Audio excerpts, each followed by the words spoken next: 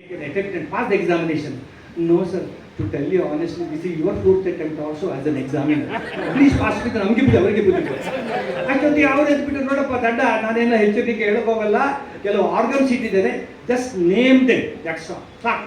ನೋಡು, ಒಂದು ಹಾರ್ಟ್ ಇಟ್ಟರು, ಒಂದು ಸ್ಪ್ಲೀನ್, ಒಂದು ಕಿಡ್ನಿ, ಒಂದು ಲಿವರ್, ಇನ್ನೊಂದು ಯೂಟ್ರಸ್, ಗರ್ಭಕೋಶ ಇಟ್ಬಿಟ್ಟು ಆ ಗರ್ಭಕೋಶ ಕೈ ತೋರಿಸ್ಬಿಟ್ಟು ಅದನ್ನ ಹೇಳು, ಆ ಆರ್ಗನ್ ಹೆಸರು ಹೇಳು, ಸಾಕ ಕಣ ಬಡಿ ಹೋಗು ಮಾತು ಕೊಡ್ತೇನೆ, ಹೆಸರು ಹೇಳು. ಅವನು ಬಗ್ಗೆ ನೋಡ್ತಾರೆ, ನನಗೆ ಯೂಟ್ರಸ್ ಗರ್ಭಕೋಶ ನೋಡ್ಲಿಕ್ಕೆ ಬರಲಿಲ್ಲ, ಆ್ಯಂಡ್ ಈ ವಾಂಟ್ಸ್ ಬಿಕಮ್ ಗೈನಕಾಲಜಿಸ್ಟ್, ಅದರ ಹೆಸರೇ ಗೊತ್ತಿಲ್ಲ ಇವರಿಗೆ. ರೆಸ್ಟ್ಲೆಸ್ ಆಗಿ, I will give you a clue, useless fellow, this is an organ which you neither you have nor I have. Now friend actually I got it sir, what it is brain sir. ಬಡಿ ಬಂಗ ನಿನಗಿಲ್ಲ, ನನಗ್ಯಾಕೆ ಸೇರಿಸ್ಕೊಂಡಿಲ್ಲ. So ಈಗ ದಂಡ ಹುಡುಗಿ ಅವ್ನ ಮೊನ್ನೆ ಸಿಕ್ಕಿದೆ ಎಲ್ಲ ಪಾಪ, ಅವ್ನು ನನ್ನ ಕಡೆ ಈಗಲೂ ಭಯ, 2 ಸಲ ಫೈಲ್ ಆಗಿದ್ದ. ಬಂದ ಕೂಡಲೇ students remember 3 types of teachers: the best teacher, the worst teacher, and the teacher who failed them in the examination. ಅವ್ನು ಸಿಕ್ಕಿದ ಹೇಗಿದ್ಯಪ್ಪ ಅಂತ ಕೇಳಿದೆ. ಅವ್ನು ಭಯ ಈಗಲೂ ಕೂಡ, ಚೆನ್ನಾಗಿದ್ದಾರೆ ಸರ್ ನಿಮ್ಮ ದಯ, ನಿಮ್ಮ ಹೆಂಡತಿ ಹೇಗಿದ್ದಾಳೆ, ಚೆನ್ನಾಗಿದ್ದಾಳೆ ಸರ್ ನಿಮ್ಮ ದಯ. ಅಲ್ಲ, ನನ್ನ ದಯಕ್ಕೆ ಅವ್ನು ಹೆಂಡತಿ ಚೆನ್ನಾಗಿದ್ದು ಏನು ಸಂಬಂಧ ಇದೆ? ಆಮೇಲೆ ನಿನ್ನ ಮಗ ಹೇಗಿದ್ದಾನೆ, ಚೆನ್ನಾಗಿದ್ದಾನೆ ಸರ್ ನಿಮ್ಮ ದಯ. ಅವ್ನಿಗೆ ಮದುವೆ ಆಗಿದೆಯಾ? ಆಗಿದೆ ಸರ್ ನಿಮ್ಮ ದಯ. ಮಕ್ಕಳಾಗಿದ್ದನ್ನು ಕೇಳಿ. ಇದು ಒಂದು ವೆರೈಟಿ. ಅತಿ ವಿನಯ, ಜಾಸ್ತಿ ಮಾತಾಡೋರು ಅತಿ ವಿನಯ. ಇನ್ನು ಕೆರಳವರು ಅಸಂಬದ್ಧ ಸರ್. ಇದು ಬೆಂಗಳೂರು ಇದ್ದೋಗಿ ಹೇಳ್ತೇನೆ, ನಮ್ಮ ದಕ್ಷಿಣದಲ್ಲಿ ಸ್ವಲ್ಪ ಮಾತು ಕಡಿಮೆ, ತುಂಬ ಮಾತು ಕಡಿಮೆ, ಎಷ್ಟು ಬೇಕು ಅಷ್ಟೇ ಮಾತಾಡ್ತಾರೆ, ಜಾಸ್ತಿ ಮಾತಾಡೋದಿಲ್ಲ. ಈ ಕಡೆ ಸ್ವಲ್ಪ ಜಾಸ್ತಿ ಅಂತ ನನಗೆ ಅನಿಸಿದ್ದು. ಸುಮ್ಮನೆ ಅಪ್ರಸ್ತುತ, ಅನಾವಶ್ಯಕ, ಅನಗತ್ಯ ಸುಮ್ಮನೆ ಮಾತಾಡಬೇಕಂತ ಮಾತು. ನೀವು ಬಸ್ ಸ್ಟಾಪಲ್ಲಿ ಕಾಯ್ತಿದ್ದಾರೆ, ಏನು ಸರ್ ಬಸ್ಸಿಗೆ ಕಾಯ್ತಾ ಇದ್ದೀರಾ? ಅಲ್ಲ, ಇನ್ನೇನು ಹೆಲಿಕಾಪ್ಟರ್ ಕಾಯ್ಬೇಕಾಗುತ್ತೆ. ಸುಮ್ಮನೆ ಕೇಳೋದು. ಯಾವ್ದಾದ್ರು ಫಂಕ್ಷನ್ಗೆ ಹೋದಾಗ ಡ್ರೆಸ್ ಮಾಡೋದು, ಏನು ಸರ್ ಮದುವೆಗೆ ಬಂದ್ರ? ಇಲ್ಲಪ್ಪ ನೀವು ತಿಂಡಿಗೆ ಬಂದ ಅಂತ ಹೇಳೋಕ್ಕಾಗುತ್ತೆ. ಊಟ ಗೀಟ ಮಾಡ್ತಾ ಇದ್ದೆ, ಏನು ಸರ್ ಊಟ ಮಾಡ್ತಾ ಇದ್ದೀರಾ? ಇಲ್ಲಪ್ಪ ನೀನು ಪುಂಡ ಆಗ್ತಾ ಇದ್ದೆ ಹೇಳೋಕ್ಕಾಗುತ್ತೆ. ಸುಮ್ಮನೆ ವಾಕ್, ಯಾರು ಸತ್ತು ಹೋಗ್ತಾ ಇದ್ದಾರೆ, ಸತ್ತೋಗಿ ಬಿಟ್ರ ಸರ್? ಇಲ್ಲ ವಾಕಿಂಗು ಸುಮ್ಮನೆ ಕೇಳೋದಷ್ಟೇ. ನಾನು ಸಾಮಾನ್ಯವಾಗಿ ನನ್ನ ಈ ಮೊಬೈಲು ನನಗೆ ಎಲ್ಲಿ ಬಂದಾಗ ಎಲ್ಲಿ ಯಾವಾಗ ಜೊತೆಯಲ್ಲಿ ಇರುತ್ತೆ. ಯಾಕಂದರೆ ಮೊಬೈಲ್ ಬಂದರೆ ರಿಟರ್ನ್ ಕೊಡೋದು ಅದೊಂದು ಮ್ಯಾನರಿಸಮ್ ಅಲ್ವಾ?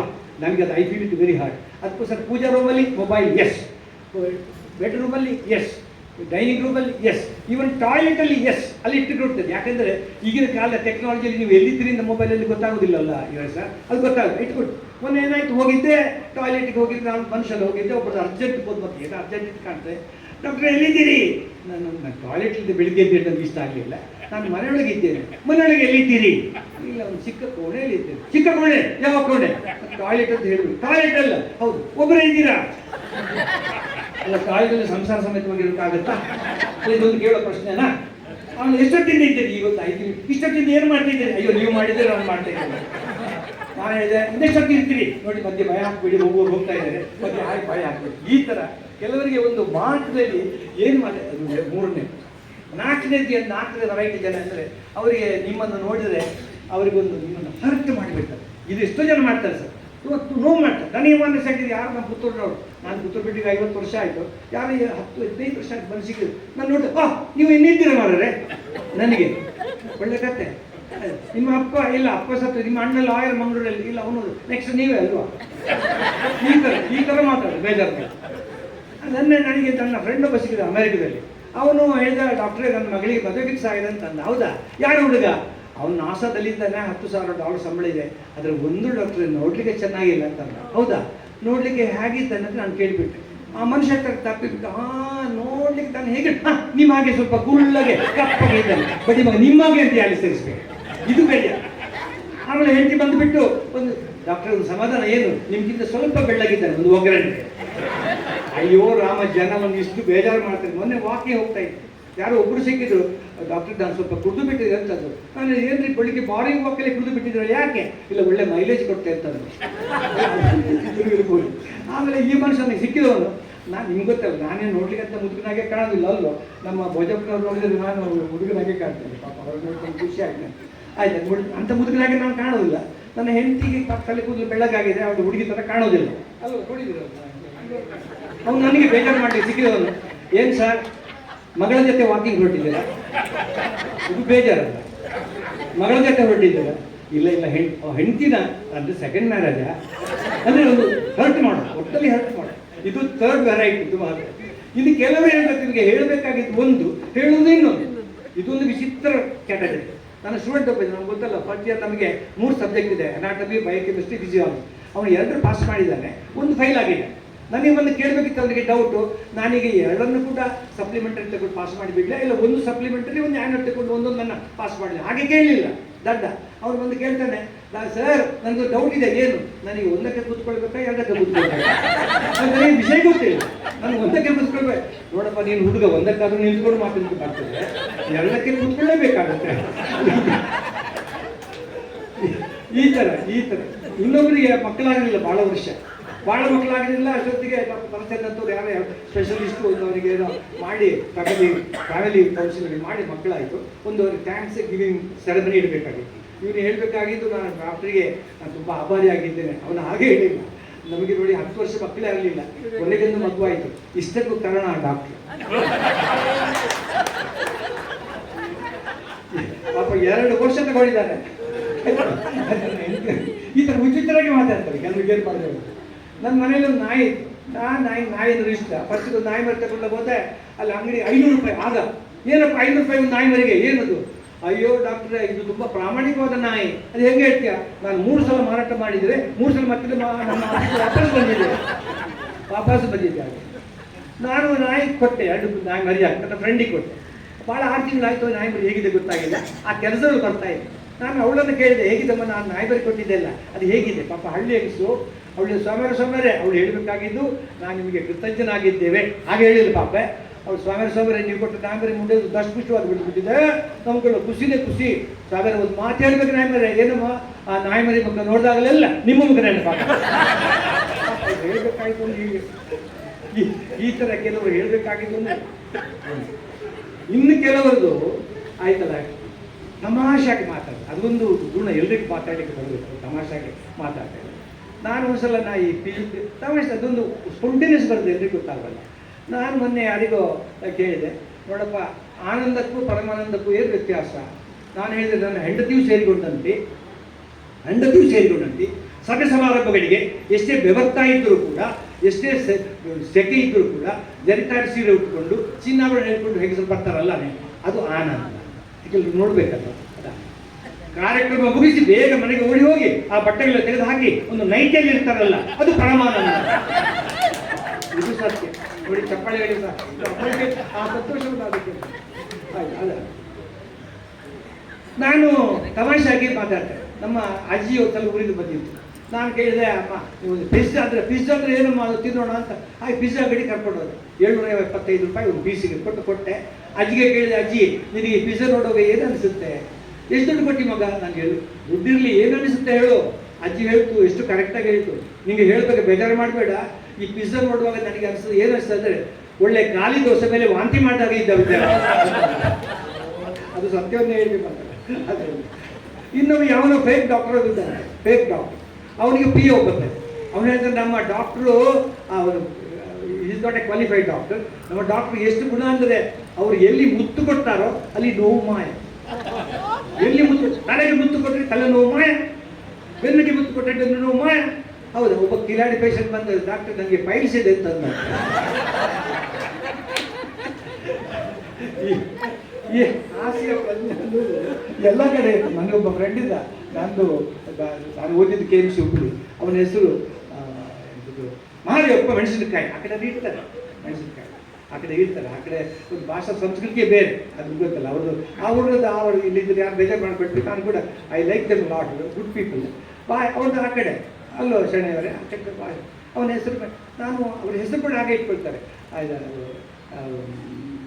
ತರತರ ಹಾಗೆ ಹೆಸರು ಇಟ್ಕೊಳ್ತಾರೆ. ನಾನು ಕೇಳಿದ್ರೆ ಹೆಸರೇನಪ್ಪ? ನನ್ನ ಮಾದೇವಪ್ಪ ಮೆಣಸಿನಕಾಯಿ. ನಾನು ಹೇಳಿದೆ, ನಿಮ್ಮ ಹೆಸರಿನ ಮುಂದೆ ನೀನು ಮೆಣಸಿನಕಾಯಿ ಯಾಕೆ ಇಟ್ಕೊಂಡೆ? ಅದಕ್ಕೆ ಹಿಂದೆ ಇಟ್ಟುಕೊಂಡ್ರೆ ಉರಿಯುತ್ತೆ ಸರ್. ಹಾಸ್ಯ, ಅದು ಹಾಸ್ಯ ಪ್ರಜ್ಞೆ. ಹಾಗೆ ಇರಲಿ.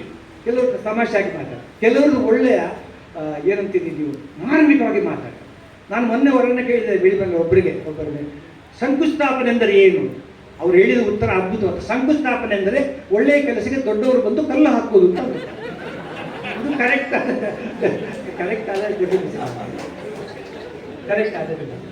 ಹೀಗೆ ಹಾಸ್ಯ ಅನ್ನೋದು ಎಲ್ಲ ಕಡೆ ಇರುತ್ತೆ ಭಾಷೆ. ಕನ್ನಡದಲ್ಲಂತೂ ತುಂಬ ಕೆಲವರು ಮಾತಿನಲ್ಲಿ ಕೂಡ ವಿಚಿತ್ರವಾಗಿ ಮಾತಾಡ್ತಾರೆ. ಕನ್ನಡದಲ್ಲಿ ತುಂಬ ತಪ್ಪು ಬರೀತಾರೆ. ಲಿಂಗಯ್ಯ ಅನ್ನೋನಿಗೆ ಲಂಗಯ್ಯ ಅಂತ ಬರೀತಾರೆ, ಲಿಂಗಯ್ಯನಿಗೆ ನುಂಗಯ್ಯ ಅಂತ ಬರೀತಾರೆ. ಆಯ್ತು. ಈ ಗೌಡರ ಹೆಮ್ಮೆಯ ಹಾಸ ಬಂದಂತ ಹೇಳಿದ್ರೆ ಇವರು ಹೆಮ್ಮೆಯ ಹಾಸನದಿಂದ ಬಂದು ಅಂತ ಹೇಳ್ತಾರೆ, ಕಳೆದ ಕೊಲೆ ಮಾಡ್ತಾರೆ. ಹಾಗೆ ಕೆಲವರಿಗೆ ಈ ಹುಚ್ಚು ಇಲ್ಲದಂದ್ರೆ ನಾನು ಇಂಗ್ಲೀಷ್ ಮಾತಾಡಿದರೆ ನಾನು ಒಬ್ರು ಯಾರು ಸಿಕ್ಕಿದ್ರು, ನೀವು ಹೇಗಿದ್ದೀರಿ, ಅದಕ್ಕೆ ಅವ್ರು ಹೇಳಬೇಕಾಗಿದ್ದು, ಡಾಕ್ಟ್ರೇ ನನಗೆ ಜೀರ್ಣ ಕ್ರಿಯೆ ಚೆನ್ನಾಗಿದೆ, ಆದರೆ ಬಾಯಿ ರುಚಿ ಚೆನ್ನಾಗಿದೆ, ಜೀರ್ಣ ಶಕ್ತಿ ಚೆನ್ನಾಗಿಲ್ಲ. ಅವ್ರು ಹೇಳಿದ್ದು ಡಾಕ್ಟ್ರೇ in going is going, out going is not going. ಇನ್ನೊಬ್ರಿಗೆ ಹೇಳಿದ್ರು ನಾನು ನೀವು ಹೇಗಿದ್ದೀರಿ, ಅವ್ರು ಹೇಳ್ಬೇಕಾದ್ರೆ ಐ ಆಮ್ ಮೆಂಟಲಿ ಭದ್ರವಾಗಿದ್ದೇನೆ, ನನ್ನ ಹಲ್ಲು ಗಟ್ಟಿಯಾಗಿದೆ, ಸೊಂಟ ನಟ್ಟಿಗೆ. ಅವ್ರು ಹಾಗೆ ಹೇಳಿಲ್ಲ, ಇಂಗ್ಲಿಷ್ ಭ್ರಮೆ. ಅವ್ರು ಹೇಳಿದ್ರು ಡಾಕ್ಟ್ರೇ ಐ ಆಮ್ ಮೆಂಟಲಿ ಡೆಂಟಲಿ ಗಂಟಲಿ ಸೊಂಟಲಿ ವೆರಿ ಸ್ಟ್ರಾಂಗ್ ಅಂತ. ಈ ಥರ ಒಂಥರ ಎಲ್ಲ ಇಂಗ್ಲೀಷ್ ಭ್ರಮೆ ತಪ್ಪು ಬರೀತಾರೆ. ನಾವು ಮೊನ್ನೆ ನಮ್ಮ ಮಂಡ್ಯ ಕಡೆ ಒಂದು ಕಡೆ ಹೋಗ್ಬೇಕಾಗಿತ್ತು, ಈಗಲೂ ನೆನಪಾಗುತ್ತೆ. ವಿಚಿತ್ರ ಕೆಲವು ಕಡೆ ಟಾಯ್ಲೆಟ್ಗಳಲ್ಲಿ ಅಲ್ಲಿ ಬರೆದಿತ್ತು ಮಲ ವಿಸರ್ಜನೆಗೆ ಲಾಂಗ್ 5 rupees, ಶಾರ್ಟ್ 2 rupees. ನನಗೆ ಅರ್ಥ ಆಗಿಲ್ಲ, ಲಾಂಗ್ ಅಂದರೆ ಎಷ್ಟು ಲಾಂಗ್ ಅಪ್ಪ ಅಂತ ಕೇಳಿದೆ ನಾನು. ಅಷ್ಟೊತ್ತಿಗೆ ಅವ್ರು ಹೇಳಿಲ್ಲ ಸರ್, ಇನ್ನೊಬ್ಬರು ಬಂದು ಬಾಗಿಲು ಬುದ್ದು ದುಡ್ಡುವರೆಗೆ ಅದು ಲಾಂಗ್ 5 rupees. ಇನ್ನೊಂದು ಕಡೆಗೆ ಮಲ ವಿಸರ್ಜನೆಗೆ 2 ರೂಪಾಯಿ, ಮೂತ್ರ ವಿಸರ್ಜನೆ ಉಚಿತ ಆದರೆ ಬರೆದಿಲ್ಲ. ಮೂತ್ರ ವಿಸರ್ಜನೆಗೆ ಉಚಿತ ಬರೆದಿಲ್ಲ, ಮೂತ್ರ ಉಚಿತ ಅಂತ ಬರಬೇಕು. ಅಲ್ಲ ಯಾರಿಗೆ ಬೇಕಿಲ್ಲ. ಅಯ್ಯೋ, ಧಾರವಾಡದಲ್ಲಿರುವಾಗ ಒಂದು ಕಥೆ ಆಗಿದ್ದ ನಿಮಗೆ ಹೇಳಲೇಬೇಕು. ಅಲ್ಲಿ ನಾನೊಂದು ಪ್ರೈವೇಟ್ ಹಾಸ್ಟೆಲ್ನಲ್ಲಿ ಅಲ್ಲಿ ಒಂದು ಸಂಡಾಸು ಮಾತ್ರ ಅಷ್ಟೇ, 2 ಸಂಡಾಸು. ನಾವು 30 ಜನ ಇದ್ದೀವಿ ಒಂದು ಹಾಸ್ಟೆಲ್, ಪ್ರೈವೇಟ್ ಹಾಸ್ಟೆಲ್. ಅಲ್ಲಿ ಯಾವಾಗಲೂ ಫುಲ್. ಅದು ಏನಾಗಿದೆ, ಕೆಲವು ಕಡೆ ಟಾಯ್ಲೆಟ್ಗಳಲ್ಲಿ ನಲ್ಲಿ ಇದ್ರೆ ನೀರಿದ್ರೆ ನಲ್ಲಿ ಇಲ್ಲ, 2 ದಿನಕ್ಕೆ ಬರೋಲ್ಲ, ಯಾಕಂದ್ರೆ ಹಾಗೆ ಚಿಲಕನೇ ಇರೋಲ್ಲ. ಅದು ಕೂಡ ಆ ಟಾಯ್ಲೆಟಲ್ಲಿ ಅಲ್ಲಿ ಎಲ್ಲಿ ಕೆಳಗೆ ಕ್ಲೋಸ್ ಆಗಬೇಕು ಅಲ್ಲೇ ಕ್ಲೋಸ್ ಆಗ್ತಾ ಇದೆ. ಅದು ಮರದ ಪೀಸು, ಅದು ನೀರು ಬಿದ್ದು ಅಲ್ಲಿ ತೂತಾಗಿದೆ. ಹಾಗೆ ಅಲ್ಲಿ ಕಾಯಬೇಕು. ನಾನು ಕಾಯ್ದಿದ್ದೆ, ಅಲ್ಲಿ ಮುದುಕಿದ್ವಿ ಅವ್ರು ಕ್ಲೀನ್ ಮಾಡಿ. ಇದು ರಥಘಟನೆ. ನಾನು ಕೇಳಿದೆ ಎಷ್ಟೊತ್ತಮ್ಮ ಯಾರಿದ್ದಾರೆ ಅಂತ. ಅಷ್ಟು ಇರಿ ಸಾಯಿವೆ, ನಾನು ನೋಡ್ಕೊಂಡು ಬರ್ತಿದ್ದೆ. ಅವಳು ಬಗ್ಗೆ ನೋಡ್ಕೊಂಡು, ಓ ಇಲ್ಲಿ ಶಂಕರಪ್ಪನವರಿದ್ದಾರೆ, ಬಗ್ಗೆ ಇಲ್ಲಿ ರಾಮಪ್ಪನವರಿದ್ದಾರೆ. ನಾನು ಕೂತ್ಕೊಳ್ತಿದ್ದೆ, ಯಾಕಂದ್ರೆ ಅವ್ರು ಶ್ರೀಮಠ ಐಡೆಂಟಿಫೈ ಇರಬೇಡಿ ಈ ಥರ ಕೂಡ ಇಂತಹ ವಸ್ತುಗಳು ಕೂಡ ನಡೀತದೆ. ಹಾಗೆ ಬಂಧುಗಳೇ, ಹಾಗೆ ಸರ್ಕಾರದ ಕೆಲವು ಆಮೇಲಿಂದ ನಮ್ಮ ರಾಜಕಾರಣಿಗಳು ಅಷ್ಟೇ ಬೇಕಾದಷ್ಟು ತಮಾಷೆ ಮಾಡ್ತಾರೆ. ನಾನು ಈಗಲೂ ನೆನಪಿದೆ, ನಾನು ಒಂದು ಮಗುವಿನ ಬರ್ತಡೆಗೆ ಹೋಗಿದ್ದು, ಅವರಿಗೆ ಹೆಣ್ಣು ಮಗು ಆಗಿತ್ತು. ಆಯ್ತಲ್ಲ, ಅಷ್ಟೊತ್ತಿಗೆ ಅಷ್ಟು ಚಿಲ್ಲವಲ್ಲ ಕೇಳಿರಲಿಲ್ಲ. ನಾನು ಯಾಕೆ ಸರ್ ಬರ್ತಡೇ ಅಲ್ಲೋ, ಯಾಕೆ ನಿಮಗೆ ಬೇಜಾರು ಸಂತೋಷ ಆಗಿದ್ದು? ಇಲ್ಲ ಸರ್, ಹೆಣ್ಣು ಮಗು ಇದು ದಕ್ಷಿಣ ಕನ್ನಡ ಹೇಳಿದ್ರು ನಿಮಗೆ ಗಂಡು ಮಗು ಆಗುತ್ತೆ ಅಂತ. ಅದನ್ನು ನೋಡಿ ಹೆಣ್ಣು ಮಗುವೇ ಆಗಿದೆ, ಏನು ಮಾಡೋಣ, ಹೀಗೆ ಆಯ್ತಲ್ಲ. ಯಾಕೆ ಹಾಗೆ ಬೇಜಾರು ಮಾಡಿ? ನಿಮ್ಮ ತಾಯಿ ಹೆಣ್ಣು, ಅದು ಇವತ್ತು ಮದರ್ಸ್ ಡೇ ಬೇರೆ, ಅದು ಇವತ್ತು ತಾಯಿ ಹೆಣ್ಣು, ನಿಮ್ಮ ತಂಗಿ ಹೆಣ್ಣು, ನಿಮ್ಮ ಅಕ್ಕ ಹೆಣ್ಣು, ನಿಮ್ಮ ಹೆಂಡತಿ ಹೆಣ್ಣು, ನಿಮ್ಮ ಲವರ್ ಹೆಣ್ಣು, ಮಗಳು ಹೆಣ್ಣು ಅಂದರೆ ಆಗ್ಬೋದು. ಯಾಕೆ? ಅದು ಯಾವ ಅರ್ಥಗಳಿಲ್ಲ. ಅದೆಲ್ಲ ಮೂರ್ಖತನ. ಸಾಯುವುದಕ್ಕೆ ಮೊದಲು ನನಗೆ ಒಬ್ಬ ಗಂಡು ಮಗನೇ ಇರಬೇಕಾದ ಮೂರ್ಖತನ. ನಿಮಗೆ ಸ್ವರ್ಗ ಅಂತ ಇದ್ರೆ ಪ್ರಾಪ್ತಿ ಹಾಕುವುದು ನಿಮ್ಮ ಗಂಡು ಮಗ ಹಾಕಿದ ಪಿಂಡದಿಂದ ಅಲ್ಲ, ನೀವು ಮಾಡಿದ ಸತ್ಕಾರದಿಂದ. ಬಿಟ್ಟುಬಿಡಿ ಅಂತಂದ್ರೆ. ಇಲ್ಲ ಡಾಕ್ಟ್ರೇ, ನನಗೆ ನನಗೆ ಅನಿಸುತ್ತೆ ಈ ಹೆಣ್ಣು ಮಗು ಆಗೋಯ್ತು. ಈ ವಿಚಾರದಲ್ಲಿ ಕೂಡ ವಿರೋಧ ಪಕ್ಷದವರ ಕೈವಾಡ ಇರಬೇಕು. ಅವರಲ್ಲಿ ಪಾಪ ಪ್ರಚಾರ ಪ್ರಿಯರು ಒಂದು ಕಾರಣಕ್ಕಾಗಿ ಹೋಗಿದ್ದೆ. ಅಲ್ಲಿ ಈಗ ಒಬ್ಬರಿಗೆ ಇದೊಂದು 5 ನಿಮಿಷ ಮಾತು ಮುಗಿಸ್ತೇನೆ. ಅದು ಕೂತ್ಕೊಂಡ್ಬಿಟ್ಟು ಅವರಿಗೆ ಹಾರ ಹಾಕಿದಾಗ ಹೇಳಿ ಅವ್ರದ್ದು ಯಾವುದು ಸಮಾಜ ಸೇವೆ ಮಾಡಿದ್ರು ಅಂತ ಅವರ ಅಭಿನಂದನ ಸಮಾರಂಭ ಅವರೇ ಆಯ್ಕೆ ಮಾಡಿಕೊಂಡಿದ್ರು. ಪಾಪ ಅವರೇ ಮಾಡಿಕೊಂಡಿದ್ರು. ಈಗ ಕುರ್ಚಿಯಲ್ಲಿ ಕೂತ್ಕೊಳಿಸಿ ಹಾರ ಹಾಕಿದ್ದಾರೆ. ಆದ್ರೂ ಮುಖದ ಮೇಲೆ ಸಿಟ್ಟು. ಹಾಗೆ ಕೇಳಿದ್ರು, ಯಾಕೆ ಸರ್ ಸಿಟ್ಟು ಮಾಡ್ಕೊಂಡಿದ್ದೀರಿ? ನಿಮಗೆ ಹಾರ ಹಾಕಿದ್ದೇವಲ್ಲ, 15 ಹಾರ ಹಾಕಿದ್ದೇವಲ್ಲ, ಸಿಟ್ಟು ಮಾಡಿದ್ರೆ ಇನ್ನೇನ್ರಿ 25 ಹಾರಗಳಿಗೆ ದುಡ್ಡು ಕೊಟ್ಟಿದ್ದೇನೆ, ಬರೀ 15 ಹಾರ ಹಾಕಿದ್ದೇವೆ. ಈ ಥರ ಬೇಕಾದಷ್ಟು ಚರ್ಚೆಗಳಿವೆ ಅಂತ ಹೇಳ್ತಾ, ಕೊನೆಯದಾಗಿ ನಮ್ಮ ದಾಂಪತ್ಯ ಜೀವನ ಎಲ್ಲರೂ ಕೂಡ ಆಸೆ. ನನಗೆ ಮದುವೆ ಆದಮೇಲೆ ನಾವು ಆದರ್ಶ ದಂಪತಿಗಳಾಗಿರುವಂಥ ಆಸೆ ಪಾಪ ಅವರು ತಲೆಯಲ್ಲಿ ಅಡಿಸ್ತಾ ಇದ್ದಾರೆ. ಆದರೆ ಒಂದು ಹೇಳ್ತೇನೆ ಸರ್, ಆದರ್ಶ ದಂಪತಿಗಳು ಅನ್ನೋದು ಬುರುಡೆ ಇಲ್ಲ. ಹೆಚ್ಚಿನವರು ಆದರ್ಶ ದಂಪತಿಗಳೆಲ್ಲ ಇದ್ದಾರೆ. ಕುರುಡ ಗಂಡ ಕಿವುಡಿ ಹೆಂಡತಿ, ಇವರೇ ಆದರ್ಶ ದಂಪತಿಗಳು. ಇದು ಚಪ್ಪಾಳೆಗಳೇ ಇದಕ್ಕೆ ಸಾಕ್ಷಿ. ಯಾಕೆ ಅಂದರೆ ಒಂದು ಭಿನ್ನವಾದಂತಹ ಸಾಂಸ್ಕೃತಿಕ, ಕೌಟುಂಬಿಕ, ಆರ್ಥಿಕ ಇದರಿಂದ ಬಂದ ಗಂಡು ಹೆಂಡತಿ ನಾವು ಜಗಳನೇ ಆಡಿಲ್ಲ ಅಂದರೆ ಬುರುಡೆ. ನಿಜವಾದ ಜೋಡಿ ಸಿಗುವುದು ಚಪ್ಪಲಿಗಳಲ್ಲಿ ಮಾತ್ರ, ಗಂಡು ಹೆಂಡತಿಲೆಲ್ಲ. ಈ ಧೋರಣೆ ಜಸ್ಟ್ ಮಾಡ್ಕೊಂಡು ಹೋಗ್ಬೇಕು. ವರ್ಷದ ಆರಂಭದಲ್ಲಿ ಚೆನ್ನಾಗಿರ್ತದೆ. ಸೈಕಲಲ್ಲಿ ಕರ್ಕೊಂಡು ಹೋದ್ರು ಭಾಳ ಇಷ್ಟ, ಯಾಕಂದರೆ ಅವಳೇ ಸುತ್ತ ಕೂತಿರ್ತಾಳೆ. ಸ್ಕೂಟರಲ್ಲಿ ಕೂತರು ಬಯಸಿದ ಅವಳ ಹಿಂದೆ ನಾವು ಕೂತಿರ್ತೇವೆ. ಅದೆಲ್ಲ ಮದುವೆ ಅದ್ದೂರಿ ಆದರೆ ಸಾಲದು, ದಾಂಪತ್ಯ ಜೀವನ ಅದ್ದೂರಿ ಆಗಿರ್ಬೇಕು. 9 ವಿಷಯಗಳನ್ನು ಇರುವುದಲ್ಲ, 9 ಇಲ್ಲದ ವಿಷಯಗಳನ್ನು ನಾವು ಹೇಗೆ ಮಾಡ್ತೇವೆ ಅನ್ನೋದು ಭಾಳ ಕಷ್ಟ. ಮದುವೆ ಒಂದರಲ್ಲಿ ಚೆನ್ನಾಗಿರ್ತದೆ ಸರ್, ಭಾಳ ಚೆನ್ನಾಗಿದೆ ಅಡಿಗೆ. ಅವ್ರು ಮಾಡಿದ ಅಡಿಗೆ ರುಚಿನೇ ರುಚಿ. ನನಗೂ ಹಾಗೆ ನನ್ನ ಹೆಂಡತಿಯ ಅಡಿಗೆ ಫಸ್ಟಲ್ಲಿ ಏನು ರುಚಿ ಇಲ್ಲ ನಿಜವಾಗಿ ಹೇಳ್ತೇನೆ, ಅದನ್ನು ರುಚಿಯೇ ರುಚಿ. ಒಂದ್ಸಲ ಹಲ್ವಾ ಮಾಡಿದ್ದು ಒಳ್ಳೆ ರಬ್ಬರ್ ಥರ ಇತ್ತು. ನಾನು ಕೇಳಿದೆ ಹೇಗಿದೆ ಅಂತ, ನಾನು ಕಷ್ಟಪಟ್ಟು ನಿಮಗೆ ಮಾಡಿರ್ತದ್ದು, ನಾನು ಸಹ ಕಷ್ಟಪಟ್ಟು ತಿಂತ ಇದ್ದೇನೆ ಅಂತ. ಒಳ್ಳೆ ರಬ್ಬರ್ ಥರ ಇತ್ತು. ಆಮೇಲೆ ಒಂದ್ಸಲ ಅವಳ ಮಾವ ಕಾರ್ಗಳಿಂದ ಬಂದಿದ್ರು ಅವರು, ಅವರಿಗೆ ಶೀತ ಆಗಿದೆ ಅಂತ ಗರಂ ಸಾರು ಅಂತ ಮಾಡಿದ್ದಾರೆ. ಗರಂ ಸಾರು ಮಾಡುವಾಗ ಅದಕ್ಕೆ ಹಸಿಮೆಣಸಿನಕಾಯಿ, ಒಣಮೆಣಸಿನಕಾಯಿ, ಶುಂಠಿ, ಕರಿಮೆಣಸು ಎಲ್ಲ ಗುದ್ದಿ ಹಾಕಿದ್ದಾಳೆ. ನಾನು ಎದುರು ಕೂತಿದ್ದೇನೆ. ಫಸ್ಟಿಗೆ ಒಂದು ಲೋಟ ನನಗೆ ಕೊಟ್ಟುಬಿಟ್ಟು ಸರ್ ಕುಡಿದು ಬಿಟ್ಟೆ. ಕುಡಿದವನಿಗೆ ಮಾವ ಈ ಕಡೆ ಗೊತ್ತಿದ್ದಾರೆ, ಕಣ್ಣಲ್ಲಿ ನೀರು ಮಾತ್ರ ಎಲ್ಲ ಅಂಗಗಳಿಂದ ನೀರು ಬರಲಿಕ್ಕೆ ಶುರುವಾಯಿತು. ನನಗೆ ಆಗಲೇ ಗೊತ್ತಾಯಿತು, ನನಗೆ ದೇಹದಲ್ಲಿ ನನಗೆ ನವರಂಧ್ರಗಳಿಗೆ ಗೊತ್ತಾಯಿತು ಆ ದಿವಸದಲ್ಲಿ. ನಮ್ಮ ಮಾವ ಕೇಳಿದ್ರೆ ಹೇಗಿದೆ ಆ ಮಗಳ ಕೈ ಕೂಡ, ಅಯ್ಯೋ ಅದ್ಭುತವಾದ, ಮತ್ತೆ ಕಣ್ಣಲ್ಲಿ ನೀರು, ಅಲ್ಲಿ ಕಣ್ಣೀರಲ್ಲ, ಅದು ಆನಂದ ಬಾಷ್ಪ. ಇನ್ನೊಂದು ಲೋಟ ಕೊಡಲಿ ಬೇಡ, ದಯವಿಟ್ಟು ಬೇಡ, ಸಾಕು, ನನಗೆ ಸಂತೋಷ ಕೊಡ್ಬೇಕಾಗುತ್ತೆ. ಆಮೇಲೆ ನಾನು ಇವಳ್ದು ಏನಾಗಿದೆ, ಈಗ ಏನಾಗಿದೆ ಗೊತ್ತದೆ, ಎಲ್ಲರ ಮನೆಯಲ್ಲಿ ಇದೆ. ಈ ಫ್ರಿಜ್ ಬಂದ ಮೇಲೆ ಯಾರ ಮನೆಯಲ್ಲಿ ಕೂಡ ಒಂದು ಫ್ರೆಶ್ ಫುಡ್ ಅಂತ ಇಲ್ವೇ ಇಲ್ಲ. ಇದು ಸತ್ಯವಾದ ಮಾತು. ಗೊಜ್ಜು ಅದು ಮೊನ್ನೆ ಇತ್ತು, ಸಾಂಬಾರು ನಿನ್ನೆ ಇತ್ತು, ಸಾರು ಲಾಸ್ಟ್ ಬೇಕಿದ್ದು ಫ್ರಿಜ್ಜಲ್ಲಿ ಹಾಕಿದ್ದು, ಕೆಟ್ಟು ಹೋಗಲಿಲ್ಲ. ಬರೀ ಪ್ಲೇಟ್ ಮಾತ್ರ ಫ್ರೆಶ್ ಅಲ್ವ ಸರ್, ಎಲ್ಲ ಓಲ್ಡ್ ಸ್ಟಾಫ್. ನಾನು ನನ್ನ ಹೆಂಡತಿಗೆ ನೋಡಬೇಕು, ನಾನು ಮೆಡಿಕಲ್ ಕಾಲೇಜ್ ಪ್ರೊಫೆಸರ್, ಇಷ್ಟು ದುಡಿತಾ ಇದ್ದೇನೆ. ಇನ್ನು ಮುಂದೆ ನಾನು ಕರ್ಣ ಮಹಾಭಾರತದ ಶಪಥ ಮಾಡಿದ್ದಲ್ಲ, ಒಮ್ಮೆ ತೊಟ್ಟ ಬಾಣವನ್ನು ಇನ್ನೊಮ್ಮೆ ತೊಡಲಾರೆ. ನನ್ನೊಂದು ಒಂದು ಇದೆ, ಅದೇನಂದ್ರೆ ಒಮ್ಮೆ ಮಾಡಿದ ಅಡಿಗೆಯನ್ನ ಇನ್ನೊಮ್ಮೆ ಉಣ್ಣಲಾರೆ. ಅದಕ್ಕೆ ಅವಳು ಒಪ್ಕೊಂಡು ಬಿಟ್ಲು, ಆಯ್ತು, ನನ್ನೊಂದು ಶಪಥ ಇದೆ. ಏನದು ನಿಮ್ದೇನದು? ಒಮ್ಮೆ ಮಾಡಿದ ಅಡಿಗೆಯನ್ನ ಇನ್ನೊಮ್ಮೆ ಉಣ್ಣಲಾರೆ. ನನ್ನ ಶಪಥ ಅಂದರೆ ಒಮ್ಮೆ ಉಟ್ಟ ಸೀರೆಯನ್ನ ಇನ್ನೊಮ್ಮೆ ಉಡಲಾರೆ. ಬೇಡ ಬೇಡ ಬೇಡ ಬೇಡ ಡೈಟ್ ಬೇಡ, ಏನು ಮಾಡ್ತಿದ್ದ ತಿಂತೇವಪ್ಪ ಆಯ್ತಲ್ಲ. ಈ ಥರ ಒಂದು ದಾಂಪತ್ಯ ಜೀವನ ಇರ್ತದೆ. ಮದುವೆ ಹೋದ್ರೆ ಚೆನ್ನಾಗಿರ್ತದೆ. ಅವಳು ಬನ್ನಿ ಬನ್ನಿ ಬನ್ನಿ ಬನ್ನಿ ನಿಮಗೋಸ್ಕರ ಕಾಯ್ತಾ ಇದೆ ಅಂತ.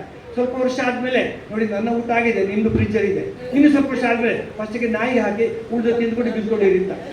ಫಸ್ಟಿಗೆ ವರ್ಷ ಬಂದ ಮೇಲೆ ಆಯ್ತು, ಭಾಳ ಪ್ರೀತಿ ಬನ್ನಿ ಬನ್ನಿ ಅಂತ ಆಯಿತು. ಒಳ್ಳೆ ಚಾಕ್ಲೇಟ್ ಥರ first year life, married life. ಆಮೇಲೆ ಸ್ವಲ್ಪ ಗಟ್ಟಿ ಆಗೈತೆ, ಸಕ್ಕುಳಿ ಥರ. ಇನ್ನು ಸ್ವಲ್ಪ ವರ್ಷ ಆದಮೇಲೆ ಚೂವಿಂಗ್ ಅಂತಾರೆ, ನುಂಗ್ಲಿಕ್ಕೂ ನಿಗ್ಲಿಕ್ಕಿಲ್ಲ, ರಸನೇ ಇಲ್ಲ, ಜಗಿತಾ ಇರಬೇಕು. ಆಯ್ತು, ಮದುವೆ ಹೋದ್ರಲ್ಲಿ ಹಿಡಿದ್ರು ರಾಗ ಡಾರ್ಲಿಂಗ್. ಆಮೇಲೆ ಎಲ್ಲಿ ಹೋದ್ರಿ ಅಂತ. ಇನ್ನು ಸ್ವಲ್ಪ ವರ್ಷ ಆದ್ಮೇಲೆ ಎಲ್ಲಿ ಸತ್ತು ಹೋದ್ರಿ. ಈ ಡಯಲಾಗೆಲ್ಲ ಚೇಂಜ್ ಆಗ್ತಾ ಇದೆ ನೋಡಿ. ಯಾವ್ದಾದ್ರು ಮನೆಗೆ, ನಿಮ್ಮ ಮನೆಗೆ ಸರ್ ಪೂಜೆ ಗಂಡ ಹೆಂಡತಿ ಬಂದವರು ಒಬ್ಬರ ಮೇಲೆ ಒಬ್ಬರು ಬಿದ್ದುಕೊಂಡು ಕೂತಿದ್ದಾರಂದ್ರೆ ಅದು ಜಸ್ಟ್ ಮ್ಯಾರಿಡ್ ಅಂತ. ಒಂದು ಸೋಫಾದ ಒಂದು ಮೂಲೆಯಲ್ಲಿ ಗಂಡ, ಒಂದು ಮೂಲೆಯಲ್ಲಿ ಹೆಂಡತಿ ಕೂತಿದ್ರೆ ಅವರಿಗೆ ಮದುವೆಯಾಗಿ ಒಂದು 2-3 ವರ್ಷ ಆಗಿದೆ ಅಂತ ಅರ್ಥ. ಗಂಡ ಒಂದು ಸೋಫಾದಲ್ಲಿ, ಹೆಂಡತಿ ಇನ್ನೂ ಸೋಫಾದಲ್ಲಿ, ಅವರಿಗೆ ಮದುವಾಗಿ ಬಹಳ ವರ್ಷಗಳಾಗಿದೆ ಅಂತದ.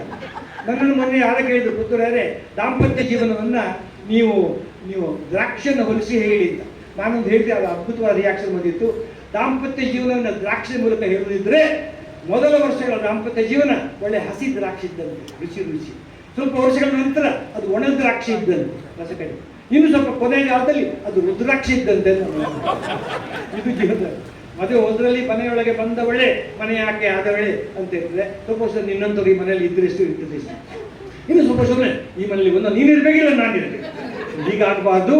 ನಾವು ಒಂದು ಒಳ್ಳೆಯ ಒಂದು ದಾಂಪತ್ಯ ಜೀವನದ ಒಂದು ಕಾನ್ಸೆಪ್ಟನ್ನು, ಯಾಕಂದರೆ ನಮ್ಮದು ಭಾರತೀಯ ಸಂಸ್ಕೃತಿ ಹೇಳಿ 5 ನಿಮಿಷದಲ್ಲಿ ಮಾತುಕೊಡಿಸಿದ್ದೇನೆ. ನಮ್ಮದು ಭಾರತೀಯ ಸಂಸ್ಕೃತಿ.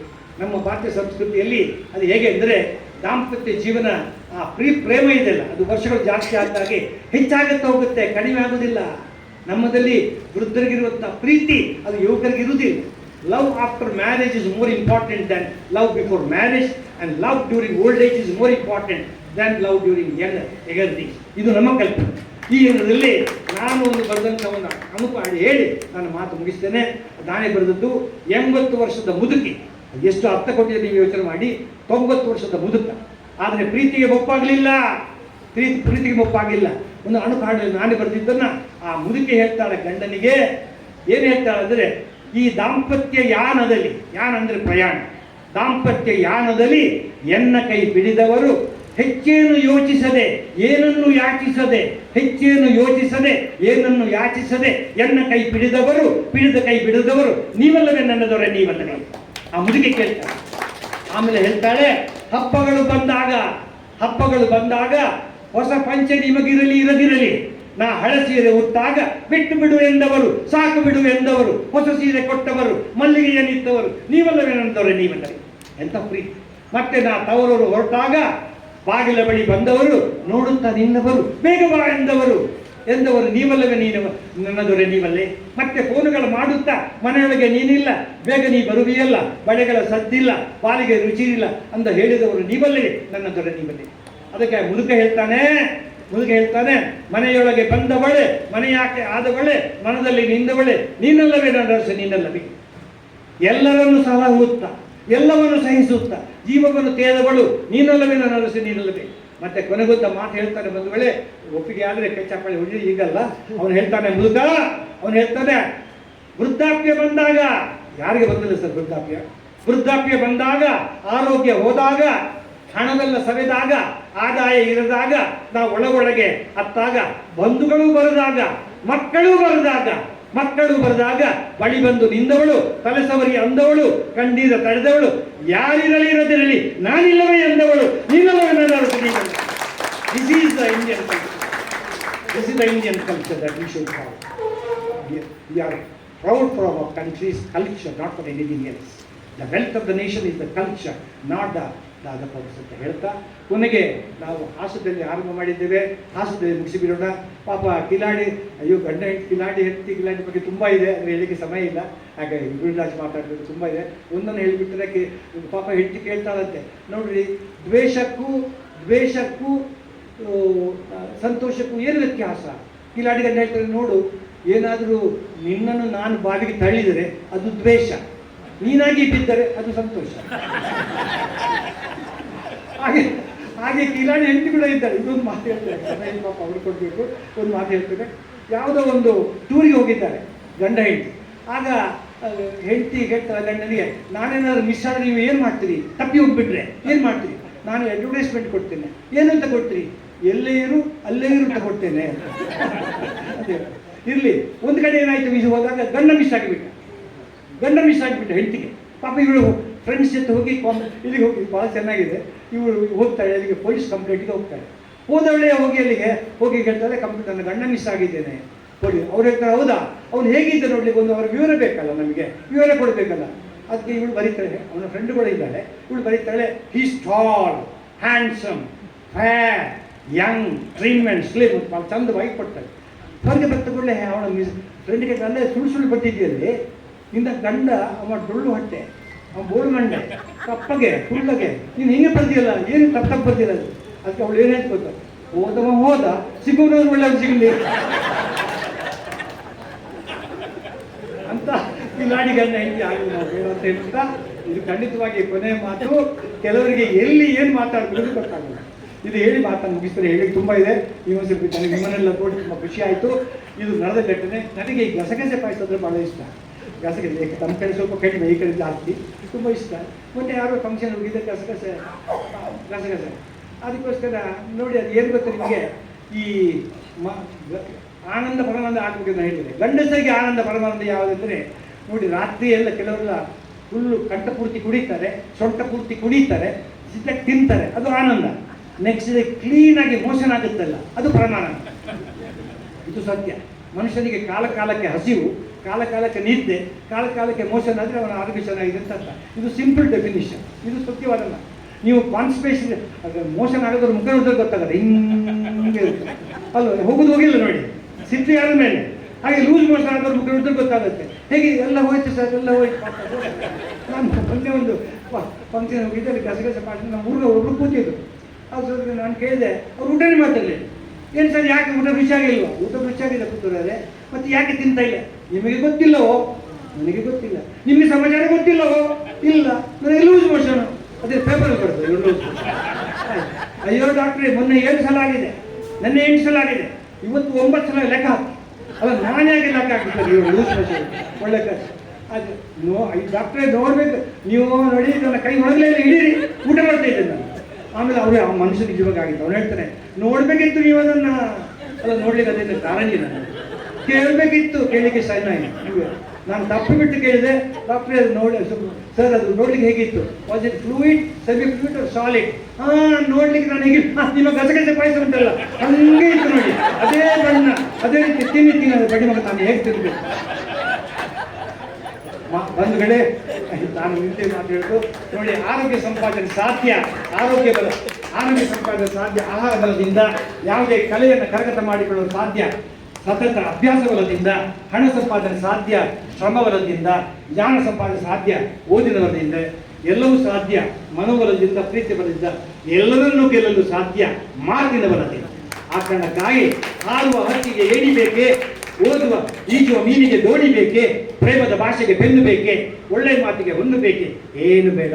ನನ್ನಲ್ಲಿಗೆ ಕೊಡಲಿಕ್ಕೆ ಅಧಿಕಾರ ಇಲ್ಲ, ಅಂತಸ್ತು ಇಲ್ಲ, ಸೊತ್ತು ಇಲ್ಲ, ಸಂಪತ್ತು ಇಲ್ಲದೆ ಒಳ್ಳೆ ಮಾತಿದೆಯಲ್ಲ, ಒಳ್ಳೆ ಪ್ರೀತಿ ಇದೆಲ್ಲ ಕೊಡಿ, ಅದಕ್ಕೇನು ಗಂಟೆ ಇಲ್ಲಲ್ಲ, ಅದಕ್ಕೆ ಖರ್ಚಿಲ್ಲಲ್ಲ, ಅದನ್ನು ಕೊಡಿ ಹಾಗೆ ಅಂತ ಹೇಳುತ್ತಾ ಒಂದು ಕಿವಿ ಮಾತು ಮನೆಯೊಳಗೆ ಇರಲಿ, ಆಫೀಸಿನೊಳಗೆ ಮಾತಿಗೆ ಮಾತು ಬೆಳೆಸಿದರೆ ಎಲ್ಲವೂ ಕಷ್ಟ, ಎಲ್ಲವೂ ನಷ್ಟ. ಮಾತಿಗೆ ಮಾತು ಇಳಿಸಿದರೆ ಎಲ್ಲವೂ ಸುಲಭ, ಎಲ್ಲವೂ ಸುಲಭ. ಜಯವಾಗಲಿ. ನಮಸ್ಕಾರ.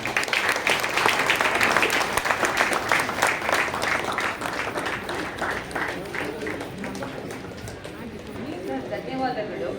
ನಿಮ್ಮ ಮಾತುಗಳು ಕೇಳಿ ಆಕ್ಚುಲಿ ತುಂಬಾ ದಿನದ ಮೇಲೆ ತುಂಬಾ ಜನದ ಜೊತೆಗೆ